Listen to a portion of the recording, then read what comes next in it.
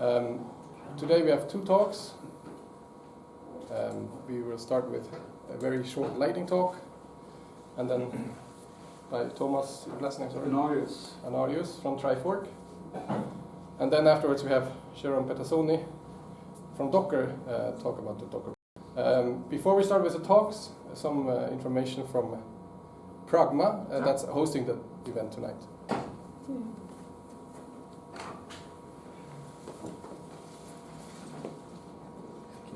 Let me do a bit more of adjustments in here. So let's stand up on the stage. Yeah, please do so. That should be good enough. All right. Hello everyone. Nice to see so many people coming in here to listen for talks. My name is Andrei Devatkin, and I'm running the Pragma office in Stockholm. We are a continuous delivery company working with consulting around continuous delivery, continuous integration, and obviously Docker is a big part of the game. We are partners with Docker, and tomorrow we are hosting a workshop together with Jerome about Docker Swarm orchestration. A few tickets left. It will be here, the same building, a place called The Castle. It's a co-working space, and if you like it, you can get a seat here. They still have a few seats left. And yeah, that's basically, yeah, one thing I should mention for sure. Obviously we are hiring. So if you are looking for a job and you are interested in automation, continuous delivery, come and talk to me. Some people call me CEO. I call myself Director of Happiness, since my responsibility is the happiness of my employees and my customers. So this is the most things I do. And you get to eat lunch with the king. All right. And with this, I hand over word to Thomas. Thank you.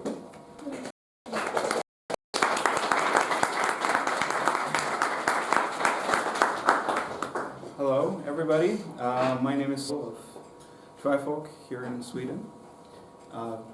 This is me in lots of words. In essence, I'm a developer.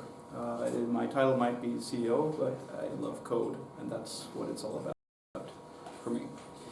Today I'm going to do a speed talk. I was kind of surprised by myself that I decided to come here like on Friday, so hopefully my slides won't.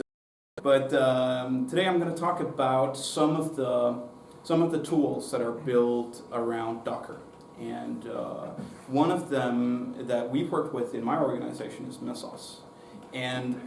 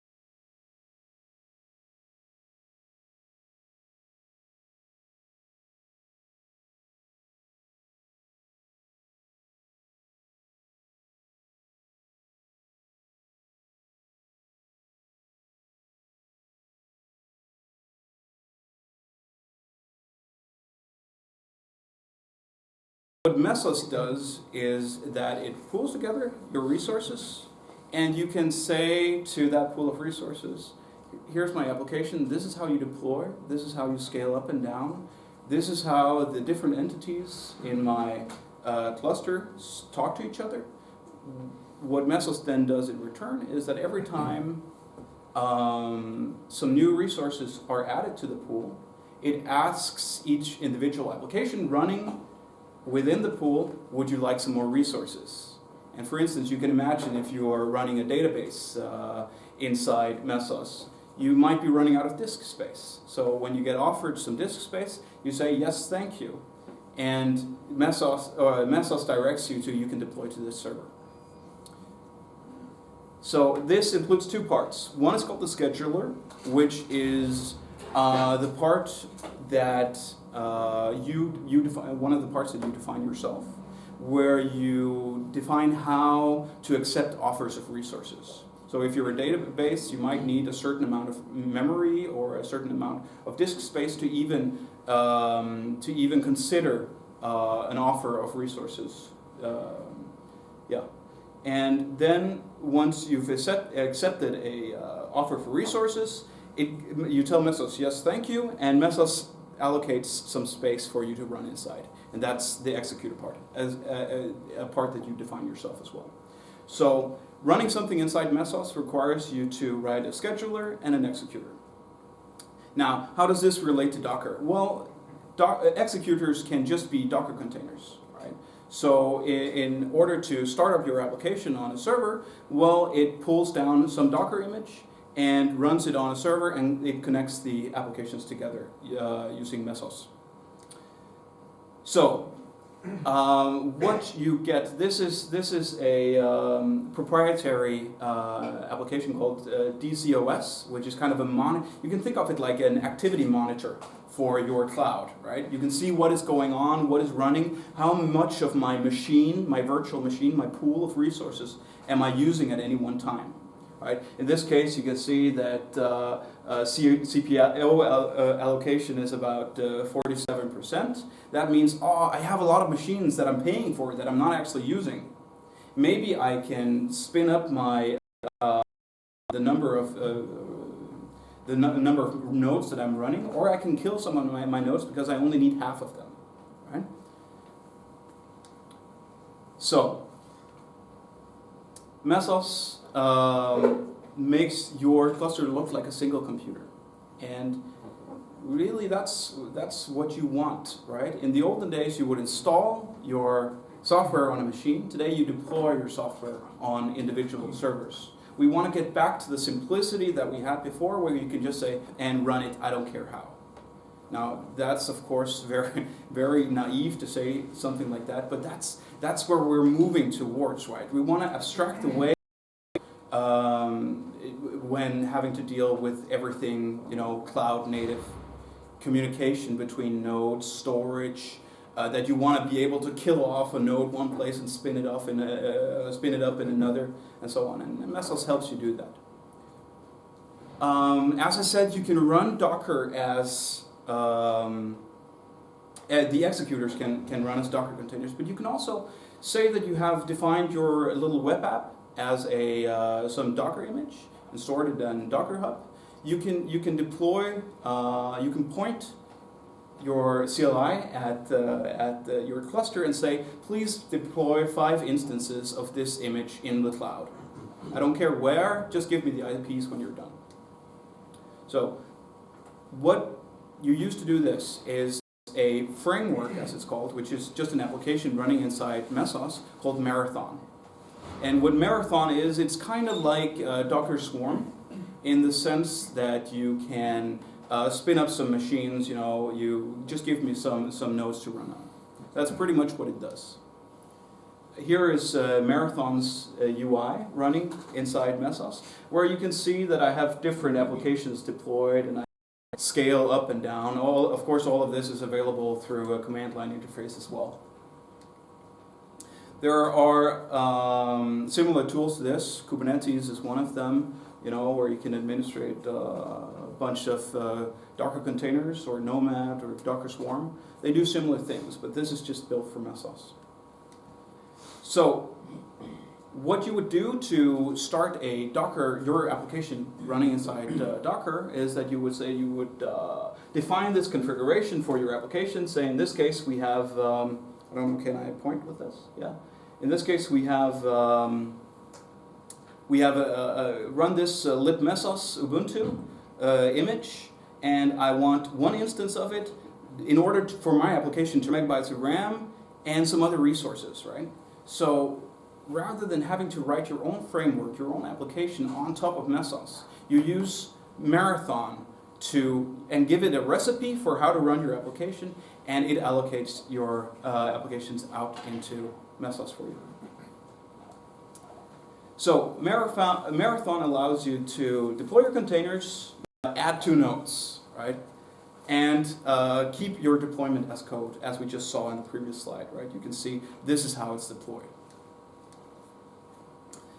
So the problem is that if you have an application that is more sophisticated, where you have many databases, monitoring, nodes have to communicate with each other, you have parallel processing that has to run on different nodes and all these kinds of things. It's just not enough having something like Marathon, where you have to go in and scale it up automatically. You want to scale with the peaks or scale down automatically maybe, and a framework for Mesos yourself. So in my company, some of the things that we do is we write tooling around Mesos and Docker. In the last year or so, we've done several projects that make it easier for people that want to write frameworks for Mesos, for instance, to actually do that. One of the very difficult things is testing. And if you've ever had to do system tests across several machines, it can be difficult. Docker helps a lot with that. But when you add something like Mesos on top of that, it just becomes even more hard, because then you have to have several containers with Mesos masters and what's it called, Zookeeper, and all these kinds of different components that make up a Mesos cluster. So one of the things that we created together with our sister company, Container Solutions, is a project called Mini Mesos. And what Mini Mesos is really that it allows you to, on your machine, test an entire Mesos infrastructure and test that your application, the frameworks that you're doing, can run and communicate with each other correctly. And that's really cool. What we do is that, so you have your sources for defining your Mesos framework. You put that inside a Docker container, and inside the Docker container you have some more Docker containers that simulate a virtual network where all these different Mesos nodes talk together. So it really, you just have one API and say, deploy 5 of these and 2 of these on my Mini Mesos, and you can test an actual Mesos running on your machine. It's pretty cool. So what we're working on right now is we're working on what we call Mesos Meta Framework. So Mesos frameworks are notoriously difficult to create, because what you have to do in order to scale up, for instance, there's no, it's application specific. For instance, you can imagine Spotify. If you want to, when do they want to scale up? Well, it could be the time of day, it could be the number of active connections, it can be the phase of the moon, it can be many different things, and it's all application specific. For instance, if you're a governmental institution and you have some sort of, that you have to declare taxes, well, you have peaks, and they depend on when people leave work and so on. It's very difficult to make a fixed a JSON format that describes this. So you really have to do it in code. And all the Mesos is a cool platform, but it's quite hard to actually understand or to do, like what happens when your node dies. Well, you have to persist the current state, and you have to re-establish the current state when you want to spin back up, and all these kinds of complexities. So what we did was that we tried to define a programming interface, an API, where you could get many of these features for free, so that you can define some of these complex notions in code. And what it really gives you is that it gives you the simplicity of Marathon or Docker Swarm, but it also gives you the power of the Mesos API, because you can program it as code. Things that you have to do when building a Mesos framework yourself is, as I said, you have to scale up and down the number of containers that you have, or how you deploy, or you can even deploy several nodes on the same machines and so on, and in arbitrary ways. How the different nodes communicate with each other. You can imagine something like, again, take an example of Spotify. Spotify is not just one server, right? It's a whole bunch of different services that communicate together, databases, monitoring, all these kinds of things, and you have to scale them up differently, right? but just because you have 500 streaming servers doesn't mean you have to have 500 databases or 500 monitoring nodes. So, there are complex relationships between those, and we can define some of those as code now. Relations between different kinds of nodes. So this is an example. It's a JVM-based API. This is not the most sophisticated example, but this is Groovy, if you're wondering. But what it gives you is that here you can see that we're specifying a new service. We say when it initiates, start 3 of this kind of container, where each of them requires 0.1 CPU, some memory, and some disk. And that's it, right? That way you can, then you can just start it through code. So, as I said, you can define quite complex relationships between things. And you can also describe how to scale things up and down. In this case, for instance, we're running an Elasticsearch cluster inside Mesos, where we say that when the monitored CPU averages over 0.8 CPU, well, then it's time to scale up. Add more nodes to the Elasticsearch cluster. What that actually means depends on Elasticsearch, right? Because again, in Elasticsearch, there are different kinds of nodes. And you can scale down when the utilization is below 0.1. But you can make that arbitrarily complex. You can say, well, on Super Sunday, you never scale down, because we know that people come in after having a break or whatever. You can even add your own. Metrics, like the number of requests per second, determines when to scale up and down. So hierarchy of what we're doing. You can also. You can have, like in your company, you can have a bunch of different kinds of services that you can hook together, and make arbitrarily complex relationships between those. So the idea is kind of like with Docker Hub or Maven or whatever, that kind of idea. So if you just want to do simple things, you can also just run a command using our CLI, and it spins up some Docker nodes for you, and it runs your task. That's it. So there's not a lot of detail because it's very much work in progress, but the exciting thing is that there's so much stuff going on around Docker. I tried to do a comparison, like a spreadsheet for a talk, where I compared what does Docker Swarm do Mesos or compared to Kubernetes, and I just ended up with this, 55 columns of things of features that they could do, and in the end they were just not comparable. Because they are different beasts, even though they do similar things, you have to pick the tool that suits what you are trying to do.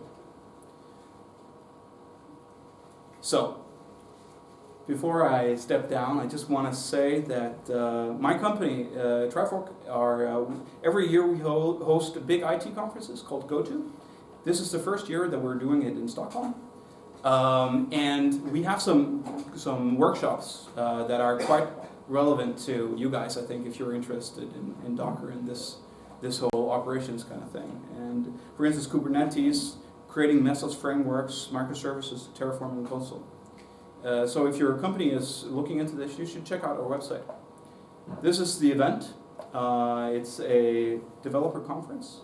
This year we've chosen to focus on what it takes to move your existing applications to the cloud, making your applications cloud native. And things like all the things that I just mentioned, being ephemeral, being able to spin up, start new places, pick up where you left off, scale up and down, not use the disk at all, things like this. And we have some extraordinary speakers. We have 19 speakers coming from across the world.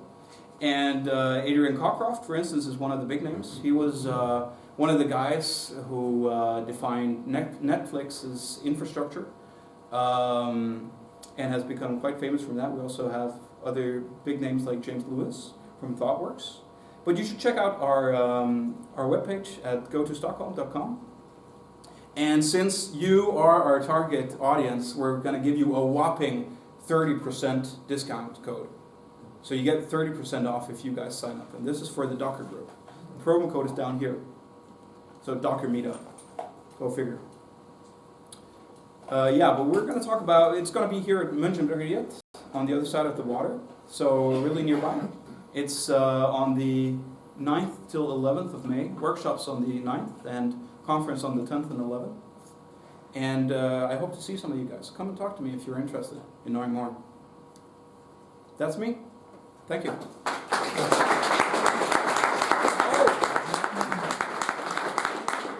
It's actually not quite me yet. You have to deal with me. So, we're giving away a ticket for the conference tonight. So, my lovely assistant will help me pick a winner. And I think we're going to pick randomly between everybody who signed up tonight. Yes. So, hopefully that person is here. Are we ready to do it now, Fredrik? So it's going to pick a random number. I'm going to go count through the list. 1, 2. Yeah. Let's just say number 3.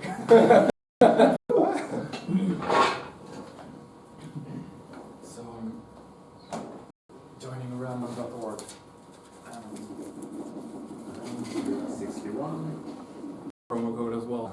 So at least 7 people watching. Oh, nice. Number 5.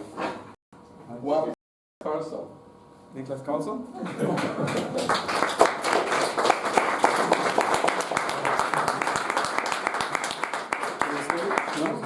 He's there. Oh.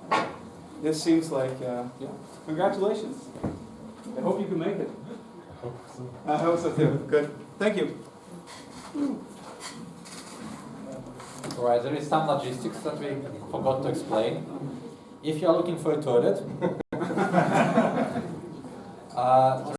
one on a ladder, and you can go up and down. It should be at least one every floor. So that's basically it, and you can try to figure out something that's like. I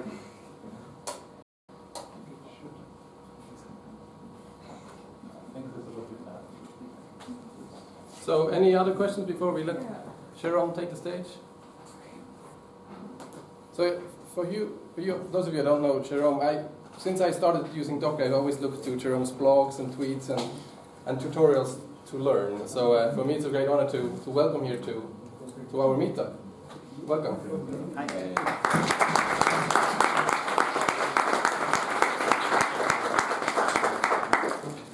We found a sandwich. Belongs to Thomas. Are you hungry? Right. Right, so if you need remote, presenters remote, I can give it to you. I was planning to use the keyboard for Timos anyway, so... Alright. Let me just check that we have a signal coming through and...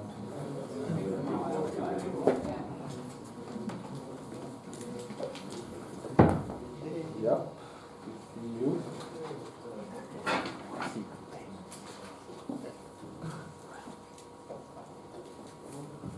Almost there. Just 1 second. Jerome, are you planning to sit? That's all. Now I can stand. Question. I think I will just adjust camera straight away.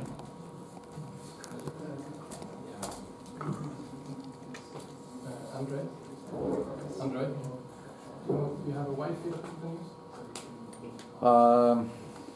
Do we really need it? Jerome has free. Oh yeah, Jerome, would you like to have a... That should be okay. I mean, it could be slow Wi-Fi, but that's still Wi-Fi. Let's try. You need another chair? Yeah, sure. Perfect. Hello? Oops. Hej. Så mitt namn är Jerome. Tyvärr kan jag inte tala svenska. So I should continue in English because I exhausted all the words in Swedish that I knew. Well, knew. So who am I? So I'm Jerome. I work for Docker, and I've been working for Docker for 5 years, soon 6 years. So that's great because I'm older than Docker itself, because I joined Docker before Docker was Docker. I joined Docker was still .cloud. .cloud was platform as a service. We were running containers. We were running containers for people in production at scale. It was pretty painful, so I'm glad at some point we stopped to just concentrate on the containers themselves, because that's way more exciting. But back then, we were doing microservices without calling that microservices, because I don't think that the word microservices was there yet. But we had many little things to manage those containers. When we handed over the platform, we had 100 microservices to deal with those containers. There was something to create containers, something to build code, something to put the code in the containers, something to detect when a container goes out of memory, something to gather all the out-of-memory errors and aggregate them for the end user, something to, and so on and so on and so on. Even when we did the private beta of .cloud, we had one microservice that we could query with our RPC thing to send invites through that. So instead of having like the big Excel spreadsheet and put people in the Excel spreadsheet and then send invites, we had a microservice to send the invites. That's how microservice-y we were, without even knowing that we were doing it. We are also using this idea of you build it, you run it, which means that instead of having a team of developers that then throws some code above the wall and then a bunch of people running that code and cursing them for writing code that doesn't work, when you've wrote something, then you had to run it and you were on call for it. Since we're a rather small team, it boiled down to everybody writes everything and everybody is kind of on call on everything, which gives you a really strong incentive to write code that actually works. So that's the past. Now in 2013, .cloud became Docker, and so since then, a bunch of things happened. So my agenda for today, I want to talk about what's new in Docker in general. I want to talk about what's exciting, which will be extremely subjective because what I find exciting is maybe not what you will find exciting, so I do apologize in advance for that. And then I will talk about what's next, so what's coming soon in Docker ecosystem. So first, what's new? Well, a really quick kind of story arc. Since recently, it was the 3rd birthday of the Docker project. So since 2013, since those 3 years, for me, the biggest change, well, not really, but kind of the big label, is that back then, when we talked about Docker, we just talked about the container engine. When we said, oh, I installed Docker, we mean the thing that we call today the engine. So the thing with which you can do Docker run, Docker PS, Docker build, and so on and so on. Today, when we talk about Docker, we say the Docker platform. So the Docker platform, it's not only the engine, but also all those other tools that go with that. So machine, so that you can create VMs with Docker on them. Compose, so that you can take a bunch of containers and connect them together in a more complex application. Swarm, so that you can take a bunch of Docker engines and put them together to make a cluster. Docker Cloud, Docker Data Center, and many other commercial products, because yeah, between 2013 and 2016, we made some kind of financial forecast and say, okay, if we continue like that, we're going to run out of money, so we need to also sell stuff, which is why you can see an increasing trend in Docker Inc. now in trying to sell you things. I'm sorry about that, but at some point we have to make money. All right, so now what's new in Docker, like in more recent thing, not just like the 3-year story. So this is relatively new. It's not like the newest. I'm going to talk about the newest in a bit, but this is like maybe 1 month old, something like that. Engine 110, so that's the latest stable release of the Docker engine. One of the biggest thing in this release was the big push on security. User namespaces arrived in stable release, so now you can use those user namespaces. If you haven't heard about user namespaces before, user namespaces are a mechanism to map UIDs in containers to different UIDs outside of containers.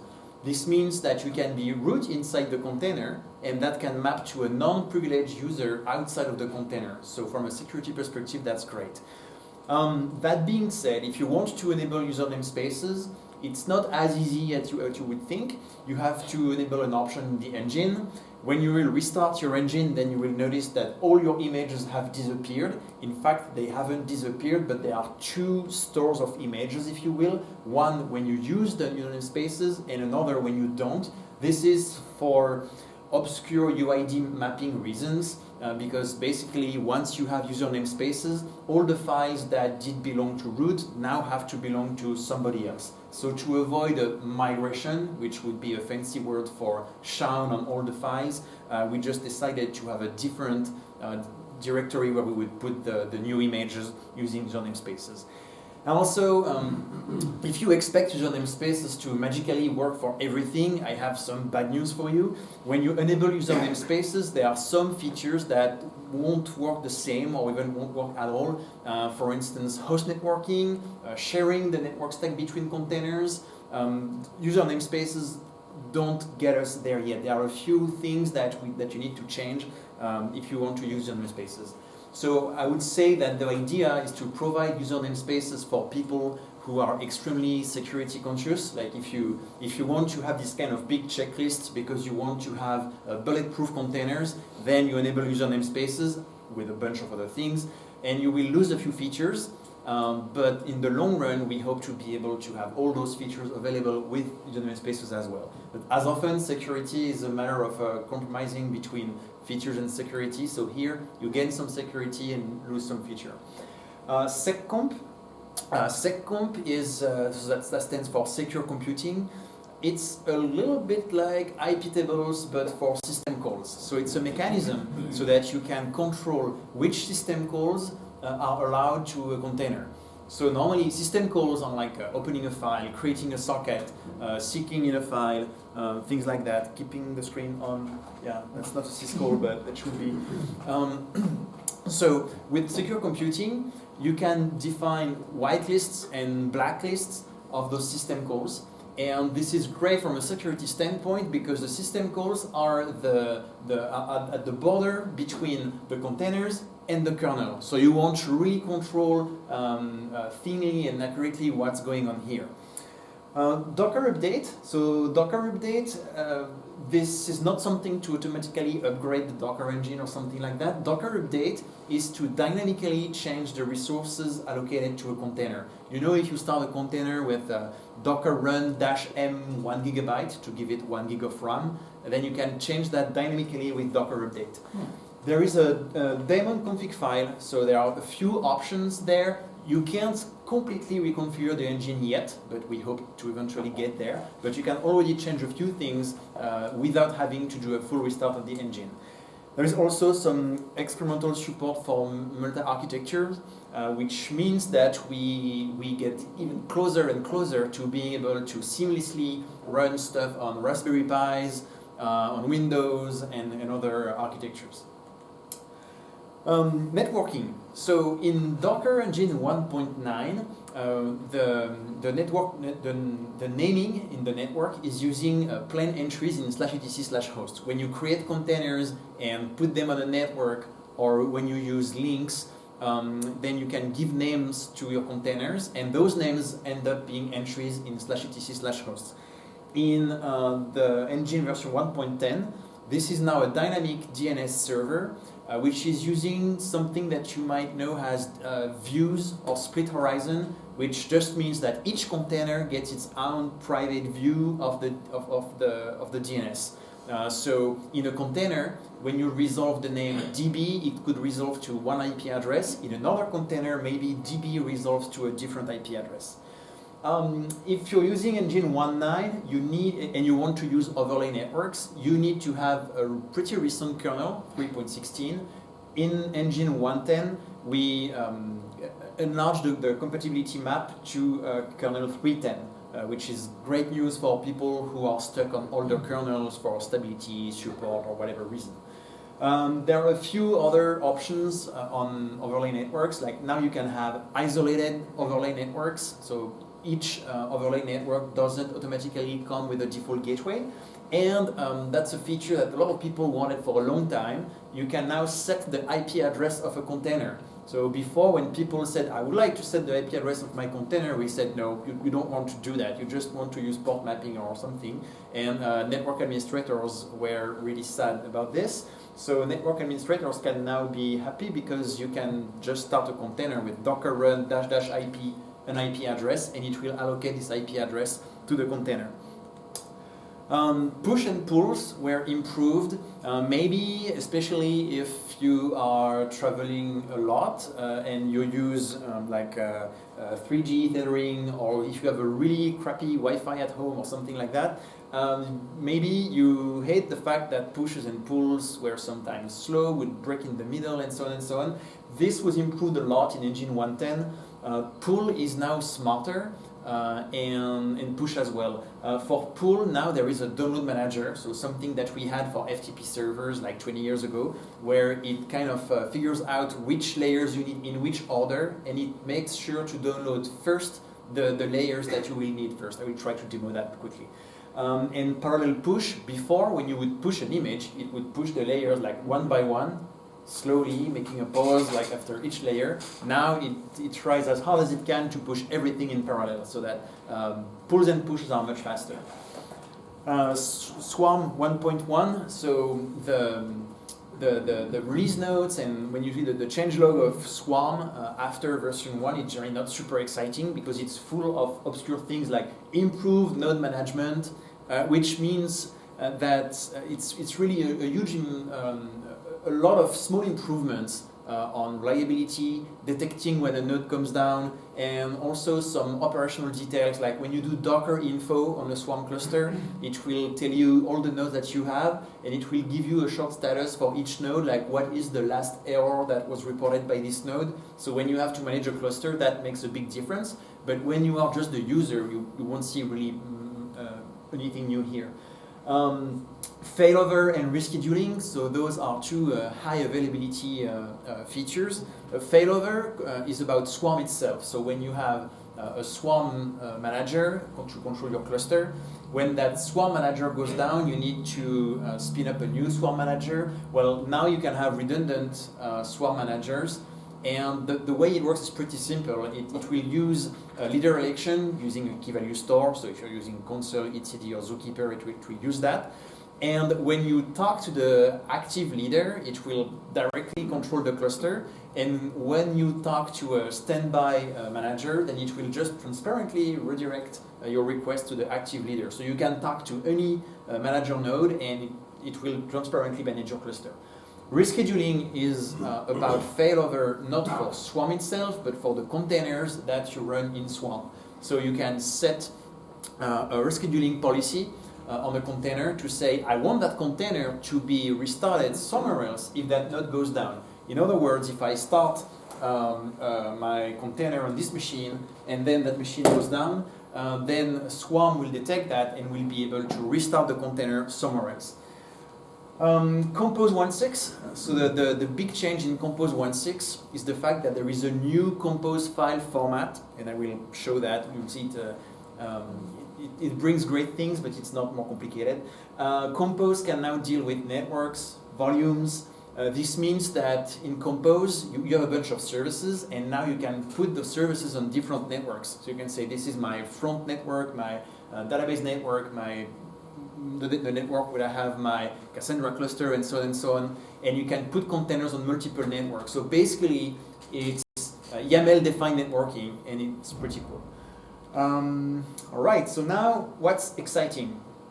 So this is like just my kind of personal staff pick, and that's where I want to do small demos. I'm going to sit here. So first, I want to show smart pools. So I'm going to try to pull a big image, something like Kibana maybe. Whoops.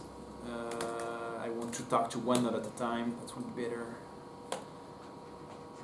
And so what we can see here, okay, it already pulled out of it, so I'm going to try with another one, like Logstash maybe. What I want to show is that you will see, yeah, it pulls the first layers first and extracts them and then moves down. So it tries to be more efficient when getting layers and unpacking them. And that's a little detail, and it's not complicated, but it means that pulls are now much faster. Pushes as well. So let's see. I have a little application here.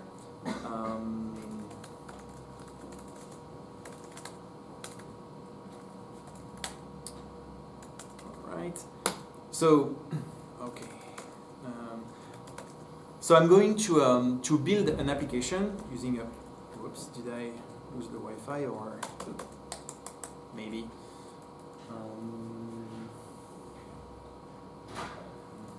Yeah, we're back. Okay, so I have like a little compose file here defining a bunch of services. And by the way, when I told you that compose file version 2 was not complicated, what I mean is that with compose file version 1, you would have this. And with version 2, you basically shove everything under a services section, and you put version 2 on top, and you're done. That's what it takes to migrate from Compose v1 to Compose v2. All right, and now I want to show what it's like to push to a registry. So I have a little script here that will build all those containers and then push them to a registry. But first, I have to set the variable indicating where is my registry. All right, and that's it. So that was really fast because those containers were already pushed on the registry. But if you have used the registry before, you remember that even when all the layers are here, when you push, it will still take some time to say, oh, I have a layer to push the registry. And then it takes maybe a couple of seconds and you say, we already have that layer, great, let's move to the next one. And it does that for every single layer, for every single container. So if you have 5 containers with 10 layers and it takes 1 or 2 seconds each time, it means it takes 1 or 2 minutes, even if nothing changed. Here, I mean, I can rebuild and repush everything, and it just took a few seconds. So little details, but it means that when you're in this dev cycle where you build and then you run and then you build and then you run, you have no excuse to go and get a coffee while it's building and pushing. You can keep working all the time. All right. Next thing I want to show, overlay networks. So I'm going to talk to my Swarm cluster. All right, so that's a bunch of containers. It's all about the network, the Docker network command. So the Docker network command lets me create and manage networks that will span my whole cluster. So here I have a cluster of 5 nodes. If I do Docker PS here, let's zoom a little bit. Yeah, I do apologize if this is not super readable from the back, but I wanted the full thing to fit in the screen. Here on the right in the names, you can see like node 1, node 2, node 3, node 5, 4, and so on and so on and so on. So I'm going, I had simulated a failure earlier, so I need to restart something here.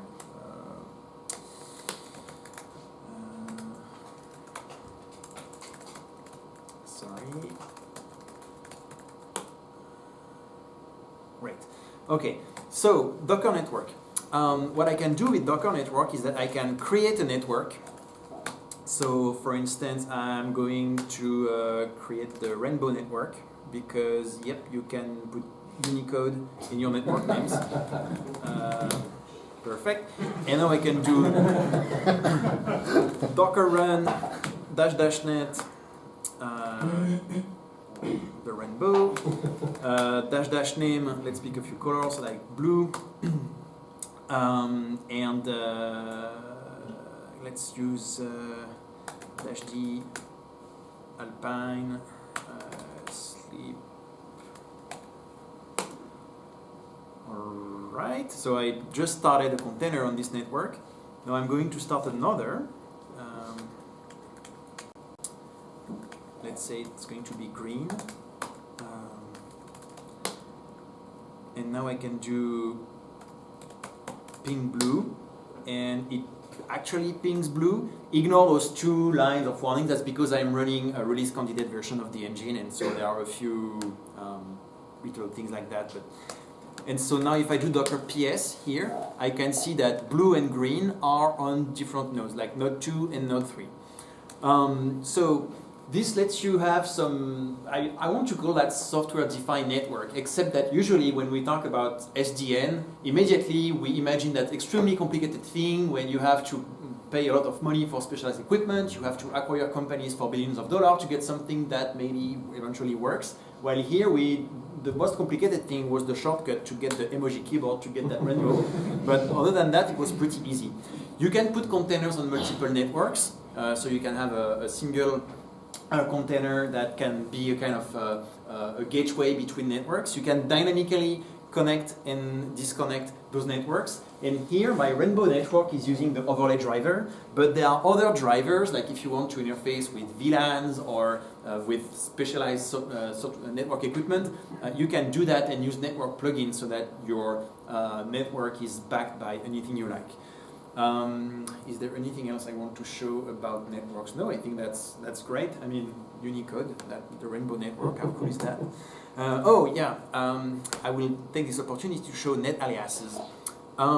So, if I go to, let's say I'm going to stop this blue container, docker rm-f blue. I'm still in my container. So I made a typo, and then, there we are. So I'm going to start the container, but with a slightly different option. I'm going to give the option net alias. So net alias blue dash t id. Okay. Whoops. No comment specified. Yes. Actually, you know what? I'm going to start a web server. That's going to be way better. Docker coins. Sure, maybe. Or I forgot to put it in the background. Okay. Perfect. Now I'm going to so in the other window here, docker run --net rainbow -ti sh, and I'm going to do ping blue. Alright, I'm pinging blue, fine. Now I'm going to start another container, also with net alias blue. So now in my Rainbow network, I have two containers that have the blue net alias, and so alright, it always gives me the same. So pk date drill. So this is a little DNS resolver, and it tells me, blue has two entries like 10.0.12, 10.0.14. And if I use curl, here it tells me that I have one container, sorry, I'm going to zoom a little bit so everybody can see it. I have a container here on EEC, etc., etc. If I curl the other one, it's a different container ID. And if I try curl blue, so see, you can wonder, like, okay, so that's kind of weird because when I do my DNS query here, I get multiple records. I even get those records in different order each time. So why, when I do ping blue or curl blue, why do I always get the same container? This is because there is an RFC, and I forgot the exact number, it's something like 3884 something, which says that normally if you are a well-behaved resolver, you should sort the records when you receive them. And so that's why, even though Docker sends me all the containers that have the blue network alias, it always connects to the same one if I don't do something special client-side. To complete the demo, I'm going to start one more container with the same network alias, and now I have a third entry here. So this means now that if you want to implement some kind of load balancing, you can do that client-side, or you can have a container that will take care of that. So that's going to be a slightly more complex demo, although I don't know if that will exactly work, but let's try. I'm going to start a load balancer container, Let's name it LB. I'm going to use a load balancer that I've wrote, which is based on HAProxy. And this, and dash the option. And then I'm going to pair it with another container which will watch DNS entries basically, and that will automatically generate the configuration for the load balancer. So this little watch DNS container will repeatedly check the DNS entries, and when they change, it will reconfigure the load balancer. Alright. So that's kind of live demo, so I hope this will work, maybe. So this one, okay. I forgot to give options. Yeah, I have to tell it on which port it should listen. And hello Wi-Fi. So the name will be blue and connect on port 80. Hello. Okay. Okay, so now if I'm here, when I do curl LB, so I'm talking to the load balancer, and now when I do curl LB, I get different entries. And if I remove some of those containers,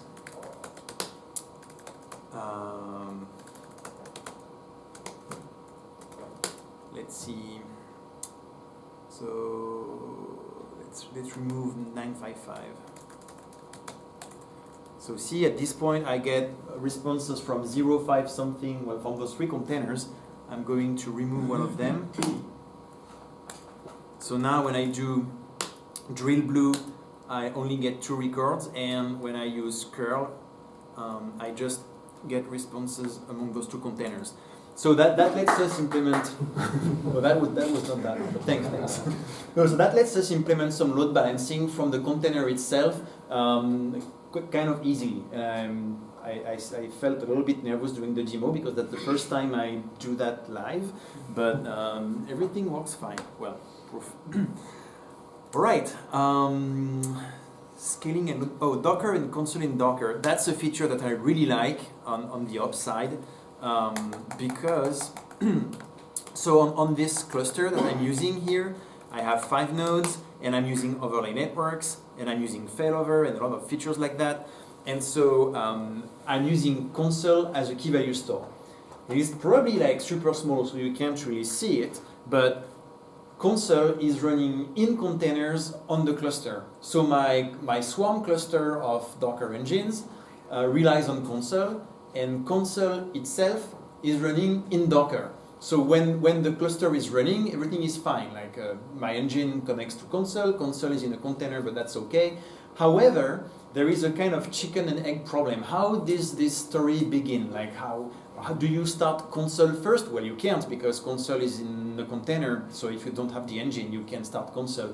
Okay, so you start the engine first, but the engine is using console, so you need console or what?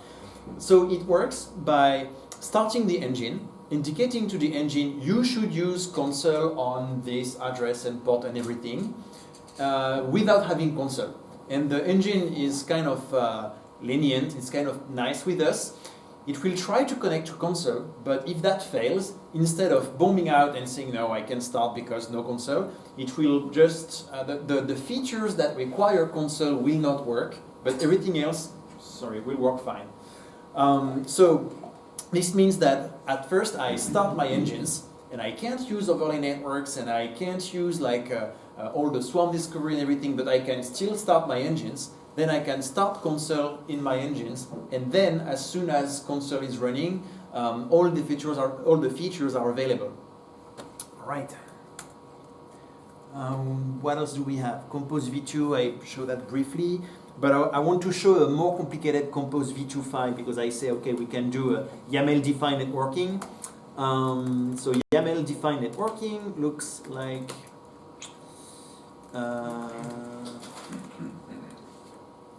Compose file. No, it's the other terminal maybe.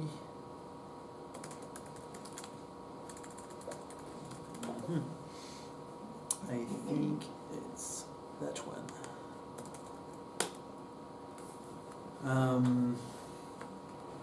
So, let's zoom a little bit. So I still have my services section here when I have a bunch of services. I have load balancers. I have this DNS watcher thing I was talking about. And in the beginning, I say I want to have two networks, Hasher and RNG, and then I put my containers in those networks. So if you have never seen a compose file, this probably seems like a YAML nightmare, like you feel like you're back in the Tomcat days when you had to write 800 lines of XML to add dependency to your project. But just to put things into perspective, this is 67 lines of YAML, and it defines an application that has 5 services, that has 3 networks, that has, well, 5 services plus services, so it's more like 10 services. So that's still pretty small, and once you know that syntax, it's pretty readable, I promise. And maybe I can try to run that on this cluster. So, compose file to this, then I can do docker compose up. So now when you docker compose up, instead of just starting containers, it also creates networks. Okay. Great. And now let's see where my application is running. So I have a little web UI. I can go to that web UI. So this is the Docker Coins app. This is the app that I use for all my demos and workshops and everything about Swarm. And the whole point is to learn how to scale an application. And the first step is pretty easy. Because the application is based on a background worker, so you can scale that worker. So here I'm just like cloning one container into 10 copies, and as soon as it is done, you can see the graph here spiking up. However, now we have another service that is the bottleneck for our application, so we have to scale that service as well. And so the first scaling command here was really easy and simple. It's just take that container and make multiple copies of it. There is nothing special. It's just a background worker, so you just fork multiple containers and that's it. However, when we do that one, more interesting things are going to happen because this service is a web service. So when I do that, not only it adds multiple copies of the service, but there is a load balancer that notice, oh, you have more backends now, and so it dynamically reconfigures itself, and that's the other peak that you can see here. And so if we look at like this, it will tell us, okay, at first we had no backend, then we had one backend, then we went from one backend to two backends, then two backends to three backends, and so on and so on. Right. So that's what Swarm stuff looks like today. I'm done with the demos because I can start to see some people falling asleep. So Docker moves fast. So I want to talk about what's next. So what's next?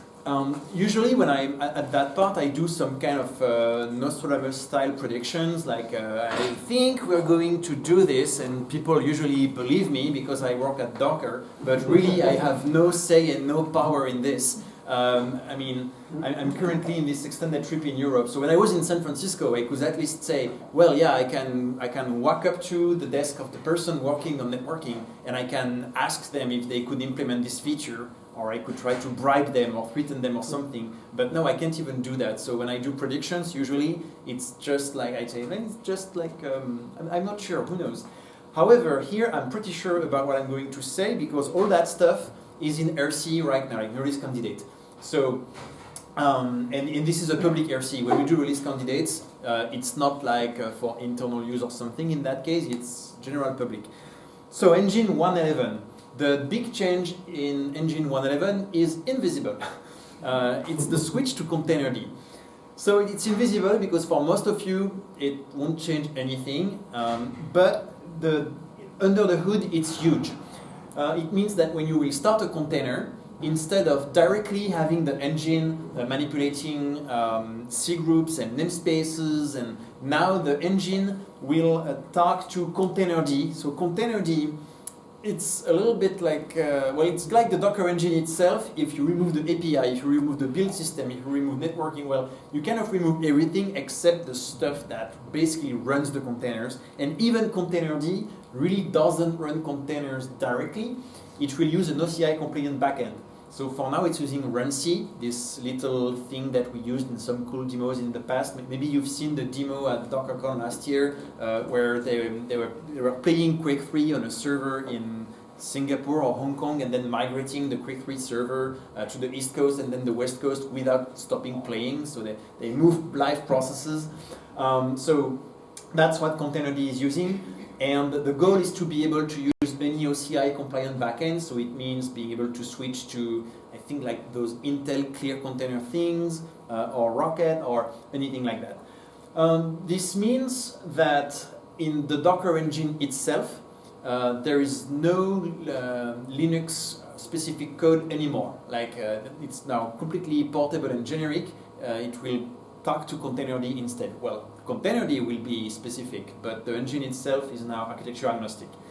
This means that the engine can be restarted and upgraded without restarting the containers, because you can restart independently the engine, but also containerd without touching the containers, because containerd was architectured from the beginning to allow that kind of trick. So that's great from an ops point of view now, when it's like, oh, upgrade Docker, oh crap, I have to restart my container. So that's a thing of the past. The downside is that Docker is not a standalone binary anymore. Before you could just like download the Docker binary and run it. Now you need Docker binary, and you will need this containerd and a couple of other utilities. So that's the price to pay.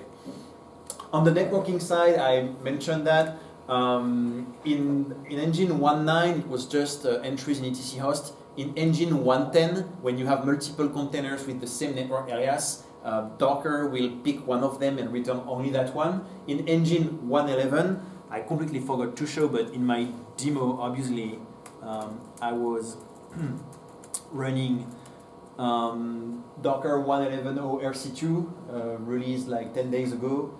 And this is a fresh build of Swarm that I built just after landing in Stockholm this afternoon.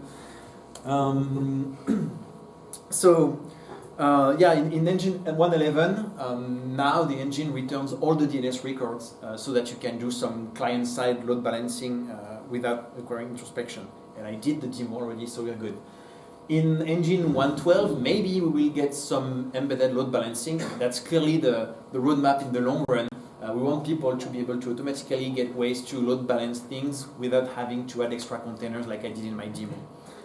Compose 1.7, I only started to play with that one, so I only noticed a few things. If you are a Compose user, the first thing that you will probably see is that now Docker Compose logs works like Docker logs. When you do Docker Compose logs, before it would like stream the logs continuously, while Docker logs is just show all the logs and exits. Now Docker Compose logs shows all the logs and exits, and you want to do Docker Compose logs -f if you want to follow those logs. Another improvement in logs is that now if you're using Docker Compose logs and then you scale up containers or add containers, Compose will automatically detect that new containers appeared and that it should show you the logs of those containers. Swarm 1.2, rescheduling, so the thing to restart containers when a machine goes down, goes to stable.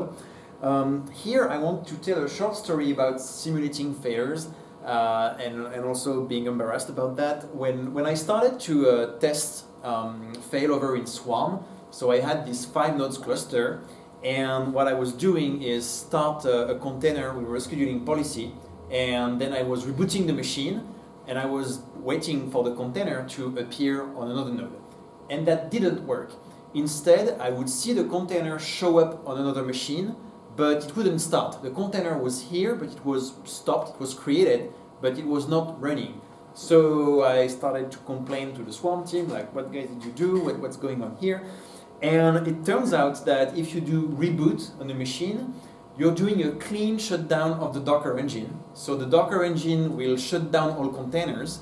And so when the node disappears, Swarm says, you have a container here that you want to reschedule on another node, but that container is stopped since you were doing a clean shutdown. So I'm going to move the container to the other machine, but I'm not going to start it because it was not started. So when you're simulating failures, make sure that you're simulating something that is really like a failure. As soon as, instead of doing reboot on the node, I did like a crash of the node, or I disable the network, or add some IP tables rules to isolate it, then instantly things work beautifully. So, yeah. Last thing I want to talk about is Docker Mac and Docker Windows. So Docker Mac is the successor of the Docker Toolbox. So the Docker Toolbox is this thing where it's kind of a big all-in-one toolbox. So when you install it, you get a VirtualBox, you get a boot Docker VM inside VirtualBox, you get the Docker CLI, you get Compose and Machine and all those things. Docker Mac is a normal application, so it's not a VM in VirtualBox, it's like a Docker app, and you install it to the application folder and you double click and magic happens. It's using hypervisor framework, so it's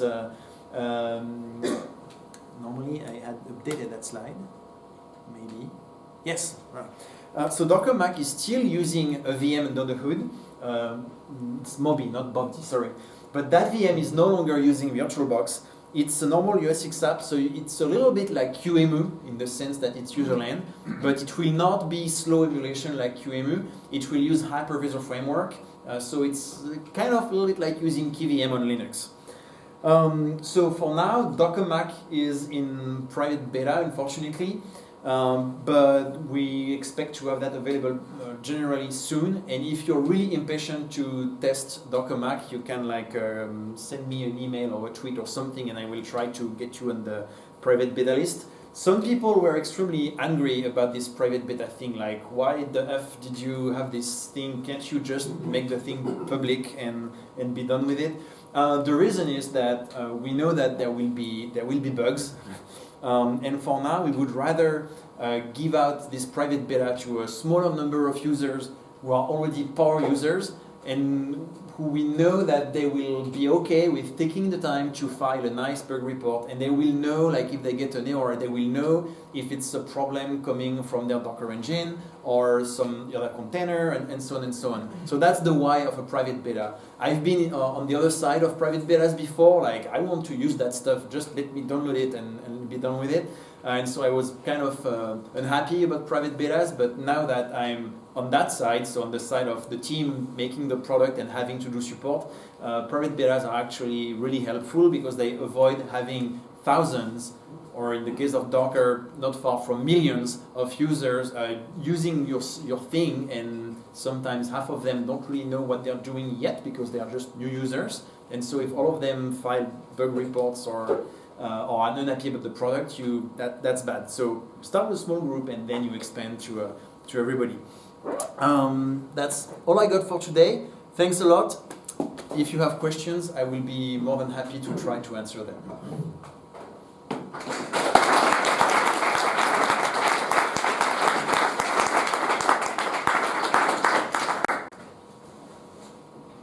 Yeah. Can you elaborate a bit more about Consul as a Docker container? Can I elaborate a little bit more about Consul in a Docker container? Yes. So the way that my setup works is, let's see. I think it's better to describe it because a drawing would be nice, but I don't have one. So, Consul is started using host networking. So it's a Docker run --net host, which means that the Consul process has access to the network interfaces on the host. I could have decided to have like a -p this, -p that, -p whatever, -d, -p blah blah blah, and you need, I don't remember, 5, 6 or 7 options. I kind of decided to go easy and simple and say, okay, I'm going to give my interfaces to Consul because all my Consul nodes need to talk to each other, so it's easier to let them have access to that. Rather than kind of play games by putting Consul in the container and then making holes in the container so that Consul can get out. So that's one thing. The second thing is that then the engine is set up to use localhost colon 8500 as the console endpoint. So basically each engine connects on console running locally, and each node is running a console agent. The first node is started with Dash Bootstrap, and the further nodes are started with Dash Join. So then it's kind of normal console stuff. The only fancy thing I did is that in console, if you have multiple network interfaces, and in Docker you have multiple network interfaces because you have ETH0 and Docker 0 and maybe even more, you have to tell console which IP address to advertise. And so what I did is that I have a little custom console image, which the only thing it does is that it looks up the IP address of ETH0 and it adds the advertise flag automatically. I'm pretty sure that in a future version of console this won't be necessary anymore, because console will allow us to do dash advertise ETH0 instead of dash advertise IP address. And if you want more details about that console setup, you have multiple options. There is the cheap option and then the easy option. The cheap option is to go to a container.training, and there will be links like. And the one that is interesting is Advanced Docker and Orchestration, and there will be a number of slides, and if you look towards like slide 260 or something like that, there is something about console. The easy option is to come to the workshop that we're doing tomorrow. I think there are a few seats available. But all the materials are available, yeah. Yes? Following up on that question, is console going to be the preferred key value store for Docker? Is console going to be the preferred key value store for Docker? By me, yes. Generally, no. No, what I mean there is that I use console in almost all my demos and tests and everything, just because we can either say that I'm lazy or I don't have the time to learn how to really know very well all of them. So at some point I decided to use console. But for now, we are committed to support console, etcd, Zookeeper, and if something else, if another equivalent comes up, we'll use it as well. But internally at Docker, we treat all of them the same way.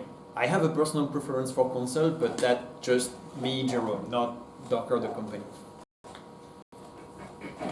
You run console cluster or one specific bootstrap node? So in this demo, did I run a console cluster or did I bootstrap a specific node? I bootstrapped one node and then had the other nodes join the first node. Another question? Yeah. So is it possible to install specific Docker version? Let's say I need only 1.9, not the newest version. So is there a way to specify that this is the specific version that I need to install in a host, Docker host? So the question is, can I specify an exact version to run on my host, Yeah. like Engine 1.9? Yeah. You mean like if you deploy on a host with Docker machine, for instance, or? No, let's say that Okay. I'm going to have to install it. All right, let's say I have a Docker host somewhere, and I say, okay, I want to get that exact version. Yes, it's possible. So, for instance, so I would have to double check because I haven't done that for a while. But if you are using Docker's upstream package repositories, I think we keep all versions. And so if you do apt-cache show Docker, it will show you all the versions, well, Docker engine, it will show you all the versions available, and you should be able to do apt-get install Docker engine equal the version that you want. I believe we keep all of them because, some people need that. Yeah. I have a question regarding the security of the Docker. What do you see compared to like a hypervisor or say VirtualBox and VMware? Which one is more secure? So the question is, what about the security? Like which one is more secure? Between, you said? Between Docker and let's say like a virtual machine. Oh, so is it more secure to run in a container or in a VM? Both. I think today we need both because today let's say yesterday, before containers became so popular and so on, we would run in VMs, for instance. And in a typical VM, sometimes you would have, let's say, a web server and then a worker to do like background processing for that web server, and maybe like memcached or redis cache, something like that. Now with containers, you can do the same thing, except each of those components will be in its own container. So you kind of step up the security a little bit. If you really say, okay, I can only pick one, like only VMs or only containers, well, then kind of good luck. But today, I think if you really want to be on the safe side, you need both, because it's the same. Like security is all about defense in depth. It's not should I do regular software upgrades or should I have a firewall? Well, you need both. So here it's kind of the same thing. Tomorrow, if I put something in production, I want to have VMs because I want the convenience of VMs. I want to if the kernel starts to misbehave or to manage my machines, I want VMs because that's so much simpler. But to manage my applications, there I want containers because that's also so much simpler for different reasons. So I want both. And from a security point of view, I think it adds up. I will get the benefits of strong isolation with VMs and plus the extra, let's say, inter-process isolation that containers will give me. So there has not been a really major security breach with Docker? Has there been major security breaches with Docker? There has been some vulnerabilities, like the one I remember really well was one about capabilities. So that was a while ago. There was a capability that would allow you to transform, if I remember well, to transform a path into an opaque handle and vice versa. And that capability basically lets you break out of the file system of a container. So once you break out of the file system of the container, you get access to the file system of the host, and from there you get access to basically anything you want. So that means that any container could break out. So that was pretty bad, but that was also pretty easy to fix. I think there will be security vulnerabilities with containers, some of them in the kernel, some of them in Docker. There will be security vulnerabilities with VMs, some of them in Xen or KVM, some of them in lower or upper layers. So we kind of need both anyway. Yeah.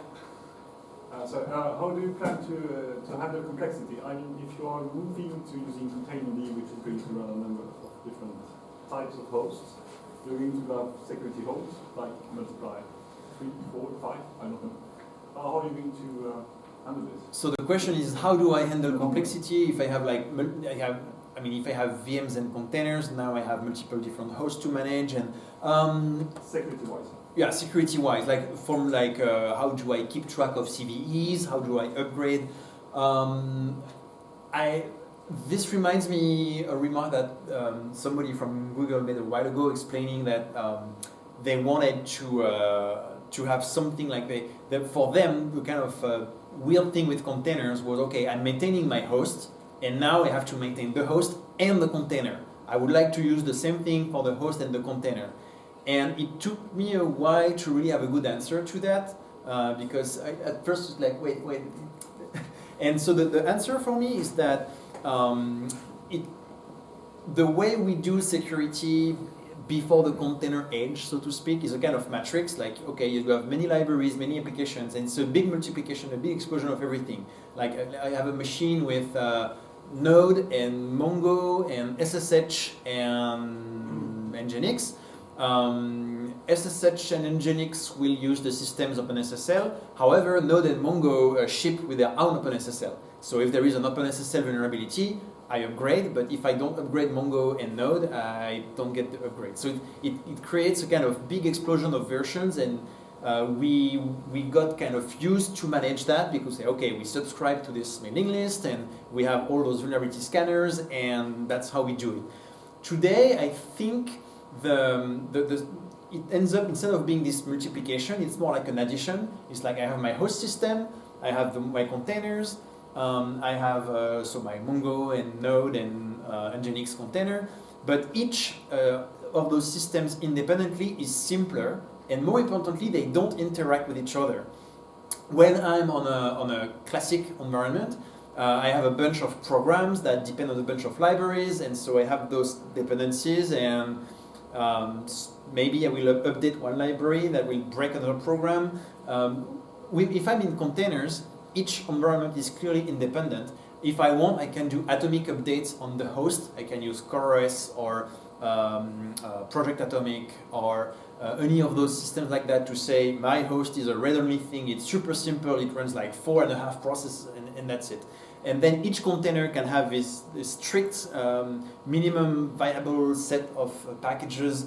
I'm a huge fan of the Alpine Linux, which honestly before containers was really for something for weird people who said I want to run all my things in 100 megabytes. Suddenly with containers it becomes great because like maybe you quickly start doing my demos, but each time I need a quick container I use now I use Alpine. 1 year ago I used Debian everywhere because I'm initially more a Debian person, but now when I need a container really quick I use Alpine because it's smaller, because installing packages is crazy fast, and so when you use that in production the security footprint is much lower. Like when you list the packages installed, even on a really small Debian system, you have like almost 200 packages. Well, Debian is a little bit less than 100, Ubuntu a little bit less than 200. Alpine, it's super small. So the chance that you have some vulnerability because there is that old PPP package that is still installed since 15 years, that thing goes away. So at first, from a security perspective, we're like, okay, how do I manage the containers? This is new. I need new tools. But once we will have those tools, we will have made a huge improvement over the previous situation. At least that's my opinion. One of the things that we are building is Nautilus. It's something that we announced at DockerCon Barcelona in November. And the really short version is that it's something that scans your images for vulnerabilities. So this means that when you need to make an audit, you don't need to SSH into all the machines and gather information and all that. You can do the audit just by looking at the images in your Docker registry. So that's a huge improvement over the previous situation. I don't know if that completely answered your question. Yes. I was wondering, is it possible to run the load balancing example on 110? Is it possible to run the load balancing example on 110? Yes, but it will be slightly different. When I was doing this demo on 110, when I scaled up or down, or when I added or removed backends, I would run a tiny little script that maybe 10 lines that will basically collect the backends and reconfigure the load balancer. But it had to be outside of the container. So now that thing can be inside the container, so everything can be, well, self-contained, if I may say. Yeah. You happen to know the status of image signing? What's the status of image signing? I don't know. That's. I mean, do you have a specific thing in mind, or? When will I be able to sign an image when I build it and then verify it when I run it? When we will be able to sign and verify images? As far as I know, that's already possible, but I have to confess that it's one of the features that I never tested. So, but that's a very good remark. So I can't really give a good answer now. But I don't think it's really there, but I might be wrong. I will give it a try, and in a future talk this year, I want to show that because that's a good point. Isn't it what Notcher is doing? That's what Notary is doing. I mean, I know the theory on it. Like, okay, so you have Notary that will verify the payloads and the layers, and then you have all this the signing mechanism with keys and key signing keys, a little bit like a DNSSEC. But I've never played with it, so. But good question, yeah. Yes. Brian Cantrell from Joanne described running Docker containers in VMs like every time you do that, God will kill a puppy and something to that effect. And I was wondering what's your opinion of containers inside VMs, or whether it's you should run it on bare metal, or is it maybe it's a transition? So my opinion about running containers inside of VM, just with the question asked earlier, I think I want both, because when I want to deploy stuff, I want to be able to deploy stuff super quickly, like I did when I did my push demo. Like, okay, look, it pushes, and in 2 seconds everything is pushed. If I do the same thing with VMs, maybe if I have a really crazy ZFS machine with tons of SSDs and so on and so on, maybe I can create 5 VM images and push them to a VM image store in a few seconds. On a cheap laptop, no. So I still want containers for that kind of nimbleness, maybe. Then I also still want VMs because, well, first I can't run containers natively like that. I don't want to go to the data center. I don't want to have to deal with people going to the data center for me. So I would rather have VMs. So I still think we need both. And I know that for some people it's like, well, we're just stacking layers on top of layers on top of layers. But that's pretty much, from my humble perspective, that's pretty much the story of computer science since the 70s. It's like, at first we built something really simple, and using that simple thing we built something kind of better and more complex. And the end result is that, yeah, now when you do like a little, I don't know, let's say you use Angular or jQuery even, like to make a little calculator inside the web browser, the number of stacks that we traverse just to do 2 + 2 = 4 in a browser is insane compared to what we could do with compiling like 3 lines of C.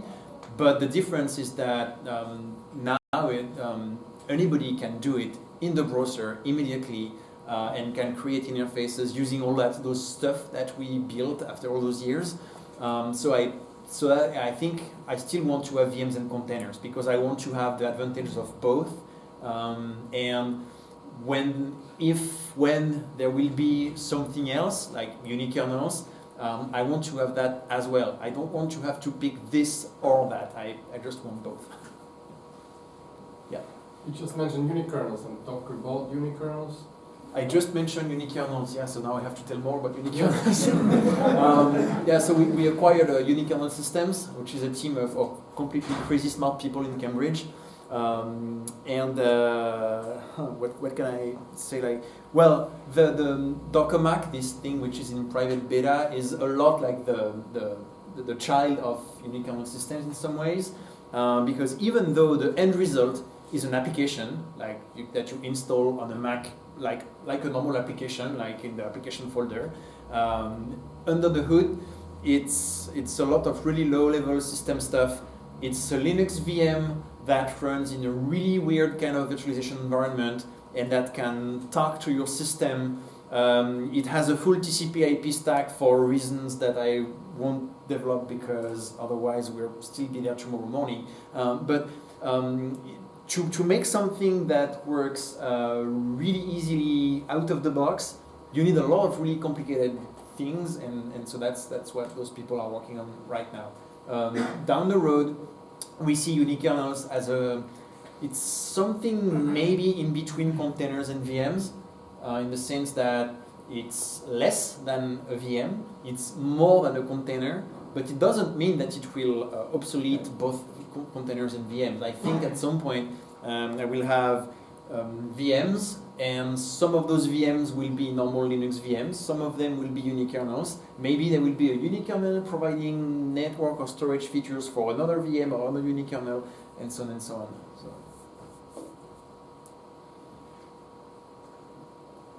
No more questions? Thank you so much.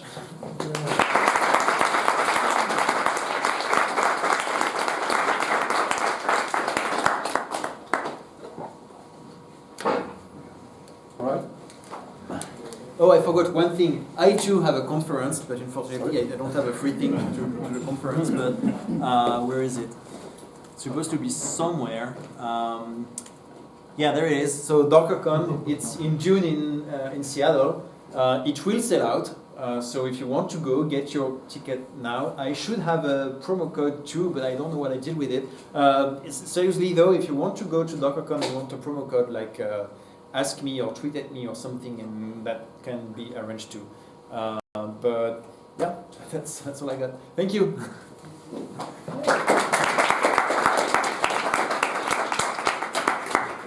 So we do have a recording of the whole thing. We have a link in the meetup group. There was live broadcast, but it else available as a recording, and you can watch it after if you like to have a recap. Plus, if you like a Jiro, we're gonna have a workshop all day tomorrow, and we keep a price super low. That's agreement with Docker we have. So it's a community event. The original price is 1,000 SEK plus VAT. Now I also posted a discount code, 30% to the group. So you will be able to find it in the comments. All right, thank you for coming.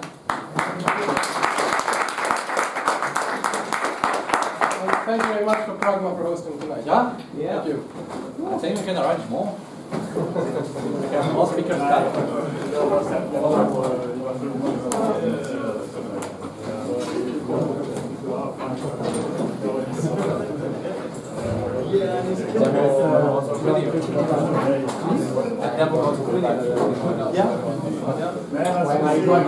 There was a mix between demos that I do often and demos that I haven't really have.